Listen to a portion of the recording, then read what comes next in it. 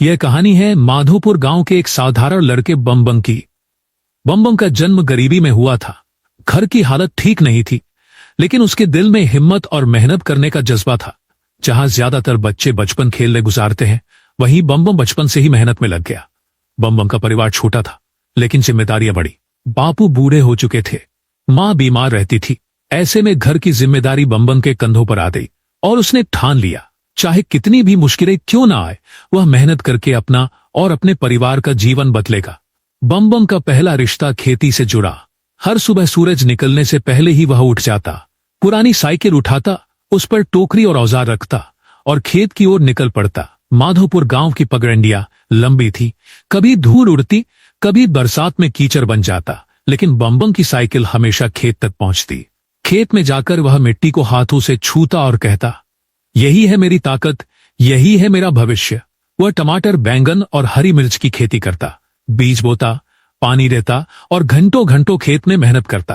धूप तपा दे, बारिश भीगाए या ठंडी हवा कांपाए, बम का पसीना हर मौसम में उस मिट्टी में गिरता।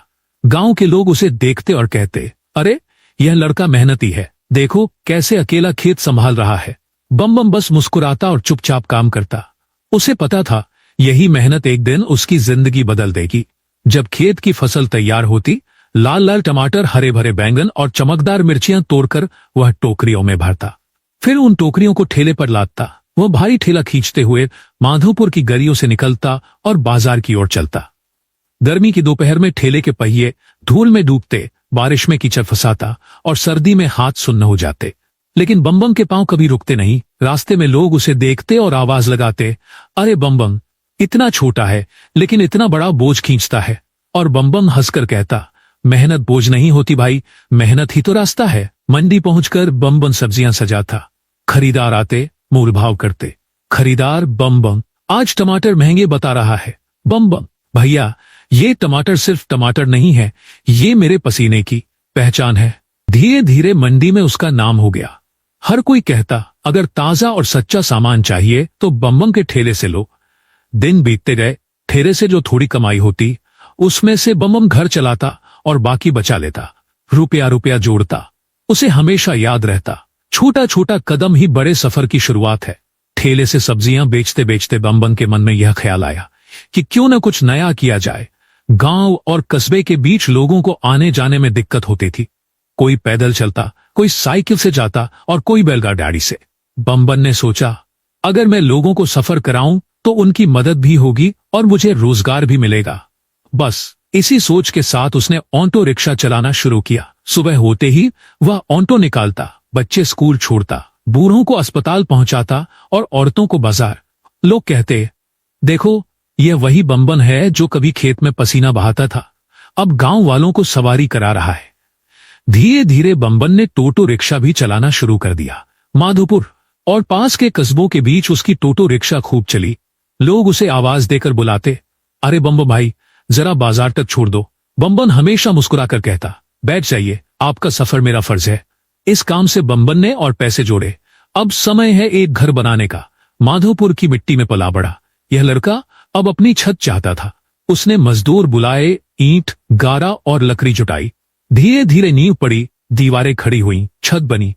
गांव के लोग देखने आते और कहते, देखो यही बम है जो ठेला खींचता था और आज अपनी मेहनत से इतना सुंदर घर बना रहा है। जब घर पूरा हुआ तो बम ने मां से कहा, अम्मा ये घर मेरा नहीं, आपका है, मैं तो बस मजदूर हूं, मालिक आप है। मां की आंखें भर आई। गांव भर में बम की मेहनत की चर्चा होने लगी। उसका नाम सम्मान से लिया जाने लगा। अब बम के पास सिर पर छत थी, लेकिन उसकी मेहनत की प्यास अभी बुझी नहीं थी। उसने सोचा, अब मुझे दुकान खोलनी है ताकि गांव के लोग सीधे मेरे पास आए और मुझे रोज मंडी न जाना पड़े। ठेले की कमाई और बचत से बम ने एक छोटी सी दुकान खोली। दुकान भले ही छोटी थी, लेकिन उसमें सच्चाई और ईमानदारी भरी थी। लोग कहते, बम की दुकान से खरीदो, यहां न तौल में धोखा है न दाम में। धीरे धीरे दुकान पर भीड़ बढ़ी, गांव वाले भरोसा करने लगे। बच्चे भी कहते, चलो बम भैया की दुकान चलते हैं। बम के लिए यह बहुत बड़ी जीत थी, क्योंकि यह दुकान सिर्फ लकड़ी ईंट का ढांचा नहीं थी, बल्कि उसकी मेहनत और संघर्ष का परिणाम थी। गांव में लोग उसे और इज्जत देने लगे। अब वह सिर्फ खेतीहर या ठेला खींचने वाला नहीं रहा, वह एक दुकानदार बन गया, लेकिन बम्बम की असली पहचान अभी बाकी थी। माधोपुर गांव में अक्सर सांप निकल आते थे। लोग डर से भाग जाते, बच्चे रोने लगते, औरतें चीख पड़ती। ऐसे समय में बम्बम आगे आता। वह बांस की छड़ी और थैला लेकर धीरे धीरे सांप को पकड़ लेता। गांव वाले आश्चर्य से देखते और कहते, वाह, बम्बम तो बहादुर निकला।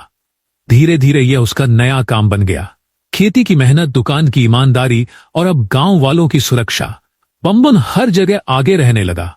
लोग अब उसे सिर्फ किसान या दुकानदार नहीं कहते थे, कहते, यह हमारा रखवाला है, यह है। लेकिन माधोपुर का बम्बम की कहानी यहीं खत्म नहीं होती। खेती, ठेला और दुकान तक का सफर तो आपने सुना। अब आगे आप देखेंगे कि कैसे बम्बम की जिंदगी ने एक नया मोड़ लिया, जहां उसे अपनी मेहनत से भी बड़ी कसौटी पर खरा उतरना था। तो जुड़े रहिए इस कहानी से, और हां, चैनल को सब्सक्राइब कीजिए, क्योंकि बम्बम की यह प्रेरणादायी दास्तान अभी और आगे बढ़ेगी। मिलते हैं अगले हिस्से में।